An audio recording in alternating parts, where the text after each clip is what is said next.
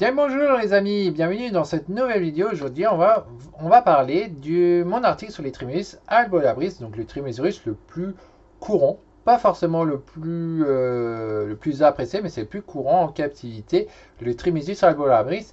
Et pour dire que c'est vraiment courant, c'est qu'il ne vaut plus grand chose, hein. En général, vous donnez 30-40 euros pièce, vous en avez. Attention quand même, il faut quand même penser qu'il faut avoir d'abord votre permis selon dans quel pays vous êtes, hein. Parce que c'est pas autorisé partout, notamment en France, Belgique, Québec, Suisse. Je peux tout de suite vous dire que c'est régulé. Donc je vous parle donc de mon fameux article. Donc vous retrouvez l'article sur le conservatoire de Kennel.fr. Vous avez le lien en description, en dessous de la vidéo, hein, il y a le lien. Donc je vais vous parler des différentes sections, hein. Donc la première chose que j'avais dite, c'est la description du Trimesurus albolabris. Après, je parle de son apparence, je parle des différences sexuelles du Trimesurus albolabris, je parle de son aire de répartition du Trimesurus albolabris, je parle de l'habitat, je parle de l'étymologie, ça c'est toujours sympa à savoir, je vous parle du comportement du Trimesurus albolabris, je vous parle des sous-espèces, des morphes du Trimesurus albolabris. Il faut savoir qu'il y en a une qui est jaune, comme la photo qui le montre là. Voilà, donc c'est une morphe réflexive, hein, faut pas chercher. Il vous faut en fait un comme ça et un porteur pour pouvoir le faire ressortir. Évitez de mettre deux albinos ensemble qui ont la thyroïde qui est affectée, c'est-à-dire quand les yeux ont changé de couleur, hein. La biologie du Trimesurus albolabris. Ensuite, j'ai parlé aussi des risques du Trimesurus albolabris, qu'est-ce qu'il en est, hein.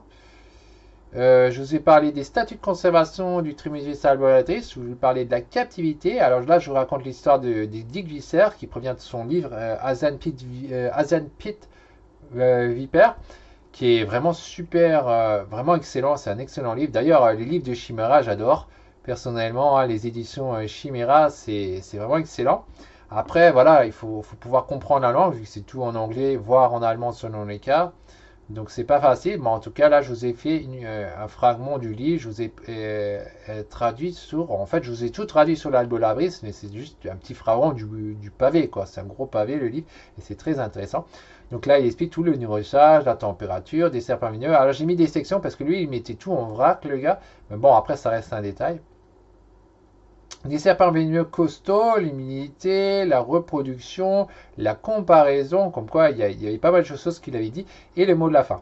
Ensuite, après, je vous parle de mon mentor Patrick Fanra, qui avait des Trimesurus albolabris, qui en avait encore la dernière fois que j'étais chez lui. Il y en avait encore un. Donc là, c'est son expérience qu'il explique. Donc je vous donne quelque part le lien de son site directement. Je devrais l'avoir, sinon vous le trouvez assez facilement. Comme comparaison, donc là vous retrouvez son expérience à lui. Ensuite, je vous parle donc la matence, reproduction, nouveau-né, la luminosité. Ensuite, je vous parle de ce qui a été expliqué par Gernot Vogel dans son livre Venus Snake of Asia. Il y a souvent quelques informations. Est-ce que l'espèce est ovipare? Est-ce que l'espèce elle mange quoi, etc. C'est toujours sympa parce que ça donne une vue globale assez rapidement de ce qu'il en est au départ. Ensuite, je vous parle des prix des Trimesurus albolabris, combien ça pourrait se vendre. Donc là, on avait un prix. Ah, le prix était quand même à 80 euros pour le Trimesurus albolabris. Alors, ça dépend où, qui vous les vend. En fait, un prix, c'est pas la valeur forcément. Bon, après, ça reste très courant un Trimesurus albolabris, de la même que la plupart des najas, en fait. Les cerasa et tout ça, là, comme on voit dans la liste, c'est des animaux assez vraiment courants. Voilà. Donc là, je vous donne les sites d'annonces où vous pouvez en avoir. Attention à être par contre bien en règle selon votre pays, parce que c'est pas parce que vous pouvez en procurer facilement que c'est autorisé, hein. Il faut bien faire gaffe. En France, certificat de capacité et autorisation d'ouverture d'établissement, enfin autorisation préfectorale d'ouverture d'établissement de catégorie 1. En Belgique, c'est permis B. En Québec, c'est pareil. Il y a un permis, je ne me rappelle plus le nom. C'est pareil en Suisse aussi, hein, c'est aussi un petit permis à avoir. Et donc, voilà. Après, voilà, je termine, hein. Vous voulez savoir plus sur les trimestres et les autres serpents. Donc, inscris-toi. Donc, ouais, ça vous permettra d'en savoir plus. Comme ça, vous êtes au courant des nouveaux articles et tout au fil du temps. Parce que c'est pas le seul article que j'ai détaillé sur les Trimesurus. Déjà, il y a un article sur les Trimesurus de façon générale, mais il y a aussi d'autres articles sur les Trimesurus que vous trouvez sur le blog. Donc voilà ce que je voulais dire à propos de cet article. Allez, bye bye les amis.